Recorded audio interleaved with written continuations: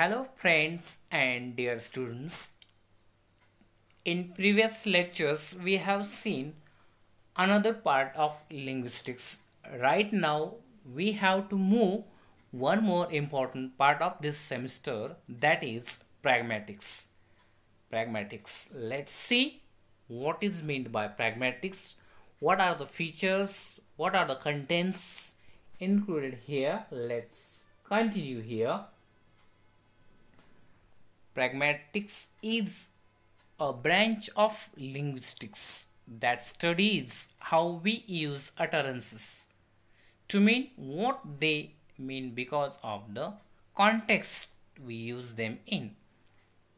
Pragmatics is a branch of linguistics that studies how we use utterances to mean what they mean because of the context we use them in. This is very important. Pragmatics is a branch of linguistics that studies how we use utterances to mean what they mean because of the context we use them in. Thus, pragmatics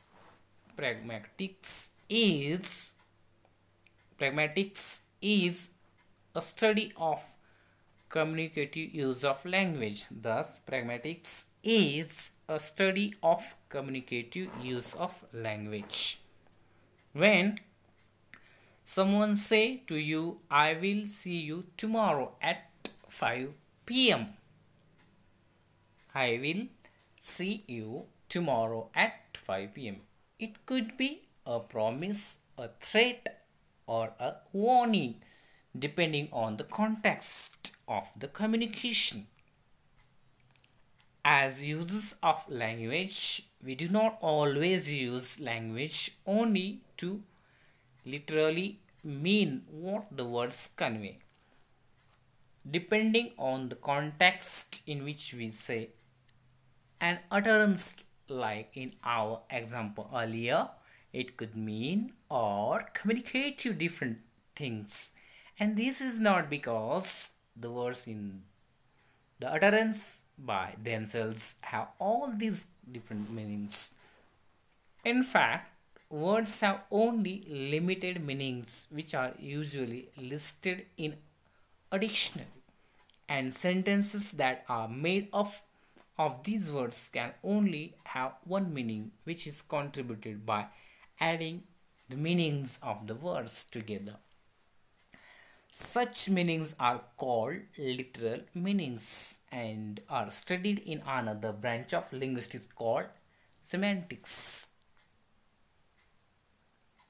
If semantics studies the meaning of words and how these meanings are combined to give sentences their meaning, then what is that we study in pragmatics? What do you mean when we say pragmatics is the study of meaning in the context of its uses? Let us see. Let us illustrate this with another example. Consider the sentence, Ramesh has opened a bar recently. Ramesh has opened a bar recently. We understand the meaning of this sentence because we know what the content words Ramesh opened bar and recently mean or refer to.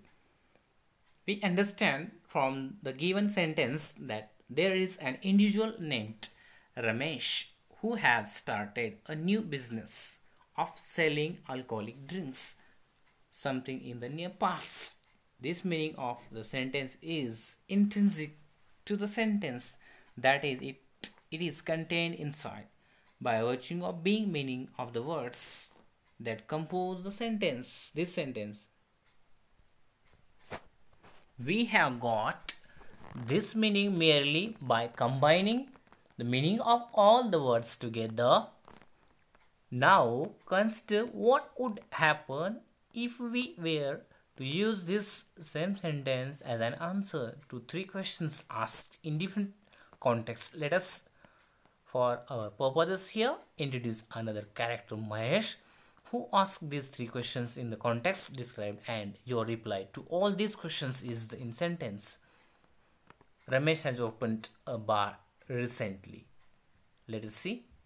Mahesh is organizing a public awareness program for total alcohol prohibition in his village. Can you ask Ramesh to inaugurating the meeting? The government has asked Mahesh to identify poor villagers who are looking for jobs to distribute grants, money to start their own business. Do you think Ramesh needs to help? Mahesh is using unfair means to influence voters to win the elections by distributing liquor to the villagers on the eve of the elections. Do you know anyone I could ask for help? You will agree that in each context, what you have communicated using the same sentences is quite different.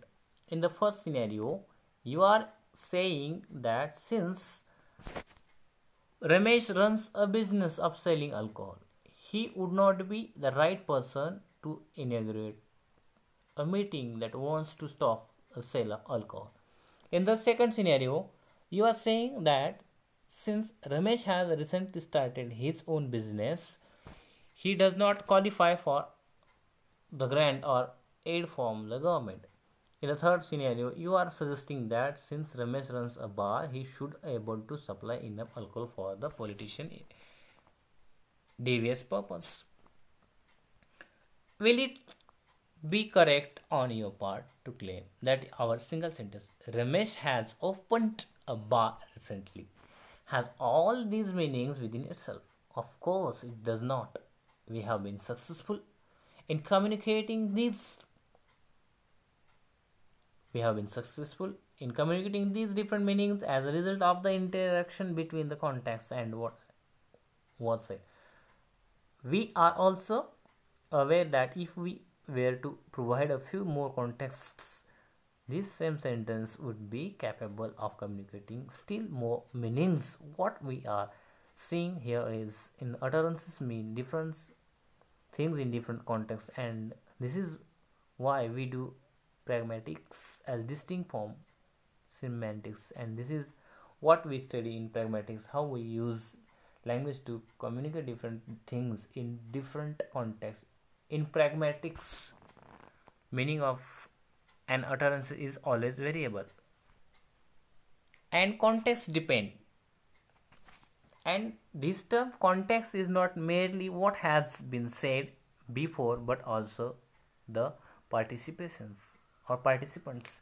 Let us see how participants form the context. Sometimes utterances mean what they mean because of who is saying what to whom. For example, it is different matter when a priest declares a man and a woman as a husband and wife, and a totally different matter when children playing games do the same. The context of an utterance also includes the social and cultural setting of the utterance as well. For example, the effect of Christ saying the above the utterance as well in a church in front of the altar is quite different from somebody saying in during the rehearsal of the play. Thus, even the term context in our definition of pragmatics as a study of meaning in the context of its use in complicated term.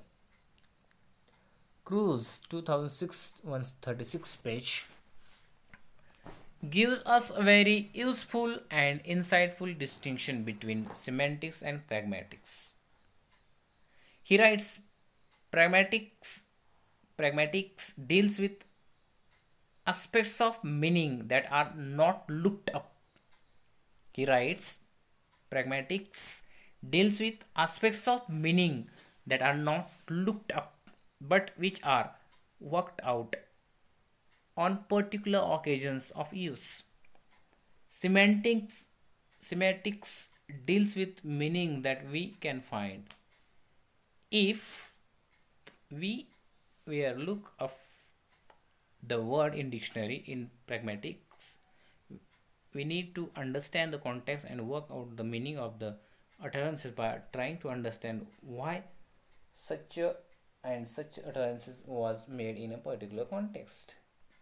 While scholars broadly agree on how pragmatics is different from semantics, there is no agreement on which domains of language use should be included in pragmatics, which should be left to the domains of sociolinguistics and other branches of linguistics. Thus, not everyone agrees if study, politeness, or power relations in language use fall within the domain of pragmatics or sociolinguistics. There is, however, a broad agreement on something that has been considered as a part of pragmatics proper, and that is the study of speech acts. The discussion in this chapter is largely restricted to various aspects of the study of speech acts. It is related to speech acts. You must remember that the study of meaning has intrigued linguists and philosophers alike centuries.